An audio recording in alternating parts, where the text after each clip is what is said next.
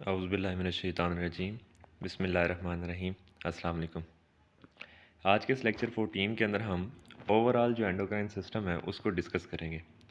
मतलब जितने भी हमने टॉपिक्स पढ़ लिए हैं उसको एक तरह से टेबल फॉर्म के अंदर आज हमने डिस्कस करना है। सबसे पहले हमारे पास टेबल के अंदर दिया गया है एंटीरियर लोब ऑफ पिट्यूटरी, जिसको हम एडिनो हाइपोफाइसिस पढ़ते हैं। अब इससे मुख्तलिफ़ किस्म के हार्मोन रिलीज़ होते हैं जिनका आगे फंक्शन जो है वो लिखा हुआ है या टारगेट साइट लिखी हुई है कि वो कहाँ पर जाकर एक्ट करते हैं। जिस तरीके से सोमेटोट्रोफिन है, जिसको ग्रोथ हार्मोन कहते हैं, वो बोन और मसल्स की ग्रोथ को स्टिमुलेट करता है, प्रोटीन सिंथेसिस करवाता है, लिपिड और कार्बोहाइड्रेट की मेटाबॉलिज्म करवाता है और हमारी बॉडी के अंदर सेल डिवीजन इंक्रीज़ करता है। जो ACTH है, जिसको आप एड्रीनो कॉर्टिकोट्रॉफिक हार्मोन कहते हैं, ये एक्चुअल में एड्रीनो कॉर्टिकल स्टीरॉयड्स की सिक्रीशन करवाता है, जिसमें कोर्टिसोल वगैरह आ जाता है और ये हमारे स्ट्रेस रिस्पॉन्स से रिलेटेड है। सेकंड जो है वो है जी थायराइड स्टिमुलेटिंग हार्मोन। ये ज़ाहिर बात है थायराइड ग्लैंड के ऊपर जाकर एक्ट करेगा और वहाँ पर थायराइड के हार्मोन्स की सिक्रीशन को रेगुलेट करता है। और जो थायराइड की सिक्रीशंस है वो आगे डेवलपमेंट के अंदर और मेटाबॉलिक रेट को जो है वो इंक्रीज़ करते हैं। जो एक नेक्स्ट है वो थोड़ा-सा नया है आपके लिए, या मे बी आपने कहीं पर इसकी टर्म सुनी होगी, एंडोर्फिन्स कहते हैं। एंडोर्फिन्स हमारी बॉडी के अंदर पेन को डिक्रीज़ करने के लिए होते हैं। जब भी हमारी बॉडी को कोई कट लग जाता है, तो उस कट की वजह से हमारी बॉडी के अंदर एंडोर्फिन्स प्रोड्यूस किए जाते हैं। मतलब कि बॉडी का ये मामला होता है कि वो बॉडी की पेन को डिक्रीज़ करने के लिए एंडोर्फिन्स को रिलीज़ करते हैं। नेक्स्ट गोनेडोट्रोफिन्स हैं, जिसके अंदर हमने 2 हार्मोन्स पढ़े थे। एक LH है, जिसका दूसरा नाम मेल के अंदर ICSH होता है, और एक FSH है। दोनों का मेल और फीमेल दोनों के अंदर रोल होता है।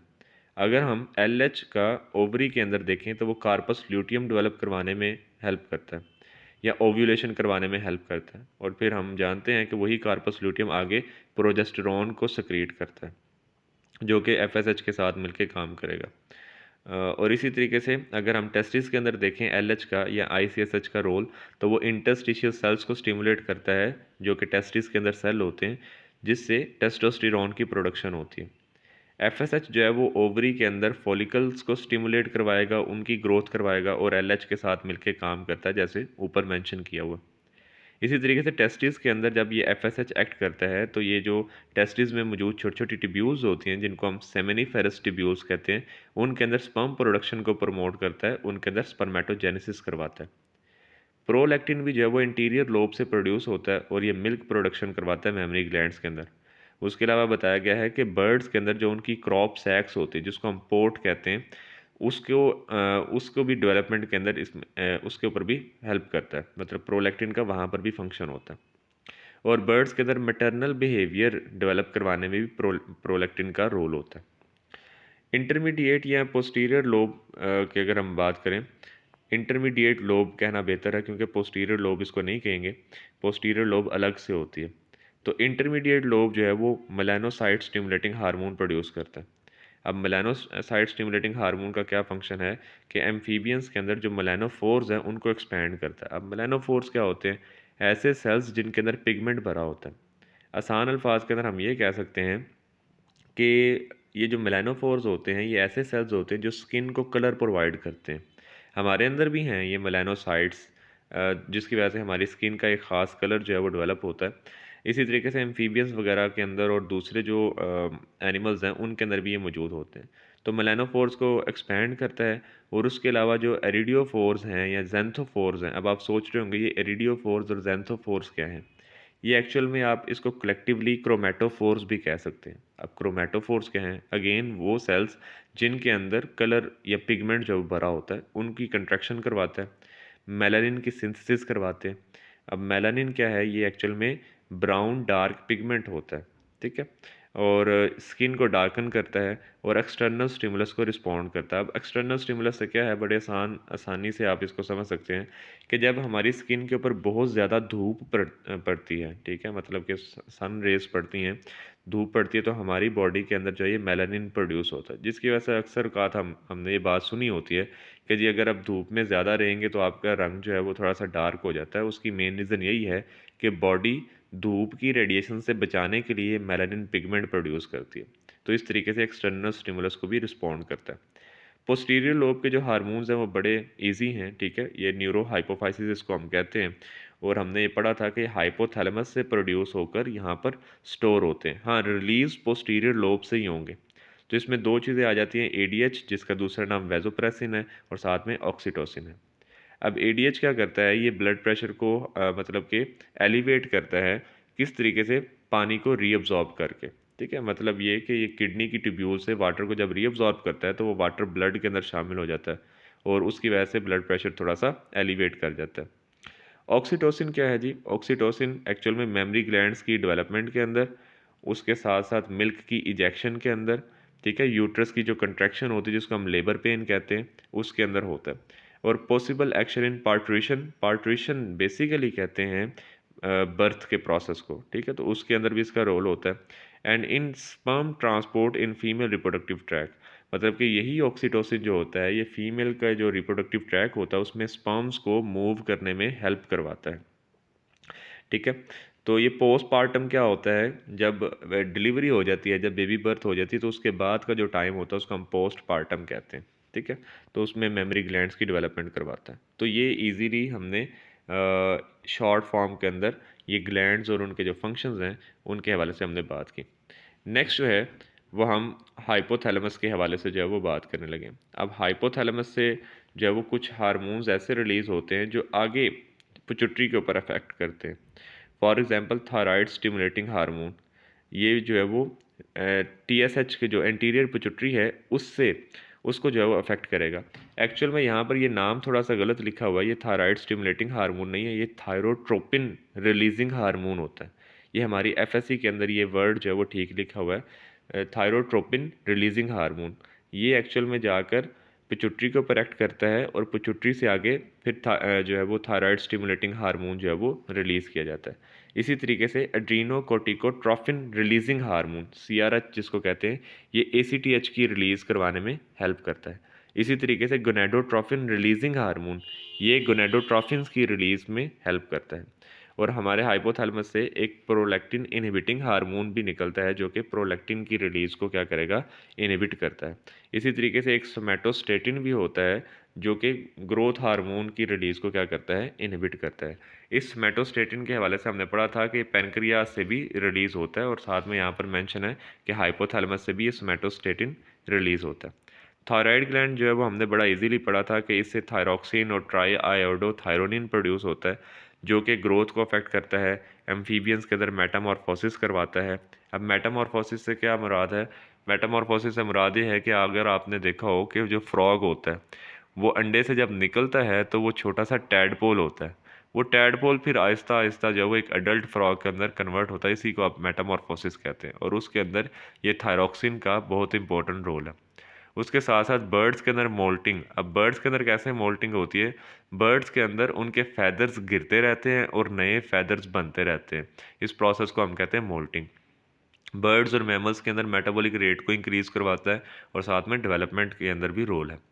अब जो इसके साथ यहाँ पर थायराइड से ही कैल्सिटोनिन जो है वो प्रोड्यूस होता है, ठीक है। यहाँ पर काफ़ी ज़्यादा मिस्टेक्स हैं, आप अपनी बुक को लाजमी फॉलो कीजिएगा, जो आपकी बुक है उसके ऊपर करेक्शंस हुई हुई हैं, ठीक है।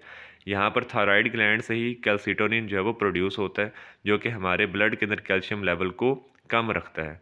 और पैराथायराइड ग्लैंड से जो है वो पैराथ हार्मोन रिलीज़ होता है जो कि हमारे ब्लड के अंदर कैल्शियम लेवल को क्या करता है, इंक्रीज़ करता है और एक्टिवेट करता है विटामिन डी को।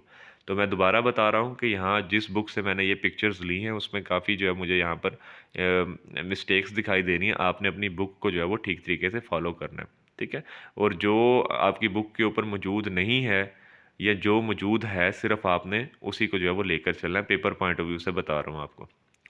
अच्छा, पेनक्रियाज के अंदर जो है वो हमने डिस्कस किया कि इंसुलिन प्रोड्यूस होता है, साथ में ग्लूकागॉन प्रोड्यूस होता है और इंसुलिन और ग्लूकागॉन का जो फंक्शन होता है वो ब्लड की शुगर लेवल को जो है वो मेंटेन करना है। अगर ब्लड के अंदर शुगर लेवल बढ़ जाती है, ग्लूकोज का लेवल बढ़ जाता है तो इंसुलिन आकर उसको कम कर देगा। और अगर जो है वो ब्लड का शुगर लेवल बढ़ाना है तो जो ग्लूकागॉन होता है वो ग्लाइकोजन को तोड़कर दोबारा से ग्लूकोज का लेवल जो है वो मेनटेन करवा देता है। एड्रीनल कॉर्टेक्स क्या करता है, ये ग्लूकोकॉर्टिकॉइड्स रिलीज़ करता है जिसको हम कॉर्टिसोल कहते हैं। ये प्रमोट करता है कार्बोहाइड्रेट्स की सिंथेसिस को, प्रोटीन की ब्रेकडाउन को, एंटी इन्फ्लेमेटरी और एंटी एलर्जिक रिएक्शंस जो बॉडी के अंदर ये कंट्रोल करता है, और उसके अलावा जो स्ट्रेस की कंडीशंस को भी हैंडल करता है। मिनरलोकॉर्टिकॉइड के अंदर एल्डोस्टेरोन आ जाता है।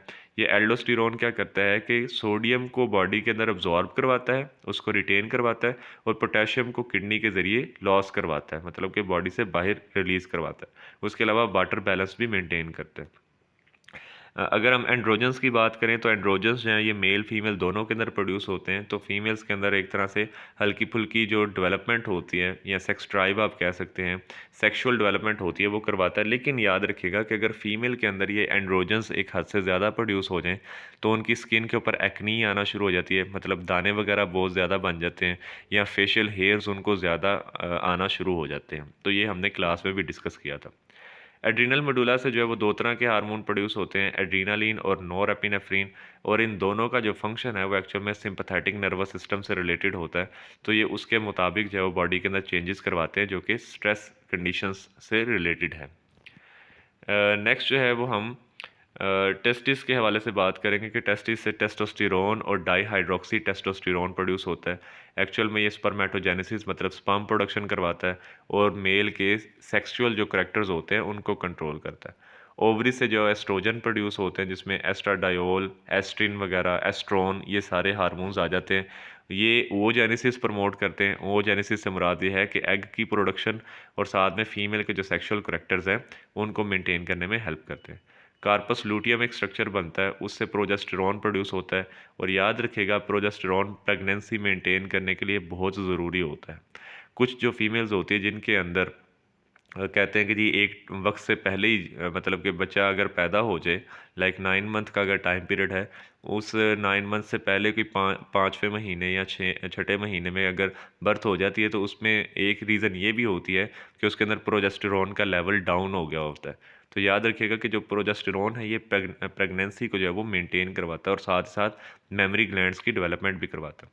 एडिपोज जो टिश्यूज़ होते हैं, हमारे जो फैट टिश्यूज़ हैं, उसमें से एक हार्मोन प्रोड्यूस होता है लेप्टिन। ये हमारी भूख को कम करता है, इनहिबिट करता है, सप्रेस करता है, और साथ ही साथ मेटाबॉलिज्म और थोड़ा बहुत रिप्रोडक्शन के अंदर इसका रोल होता है। मेनली जो है वो एपेटाइट मतलब भूख से रिलेट है ये। उसके बाद नेक्स्ट है जी, इससे एडिपोनेक्टिन है एक, जो कि हमारा ब्लड ग्लूकोज लेवल को जो है वो लो करता है।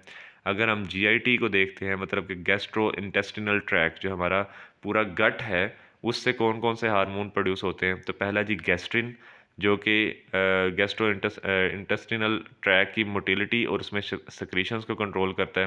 फिर उसके बाद जी पेप्टाइड है YYY336 तक, सिग्नल्स टायरिटी, और उसके साथ ये एपिटाइट को क्या करता है, सप्रेस करता है।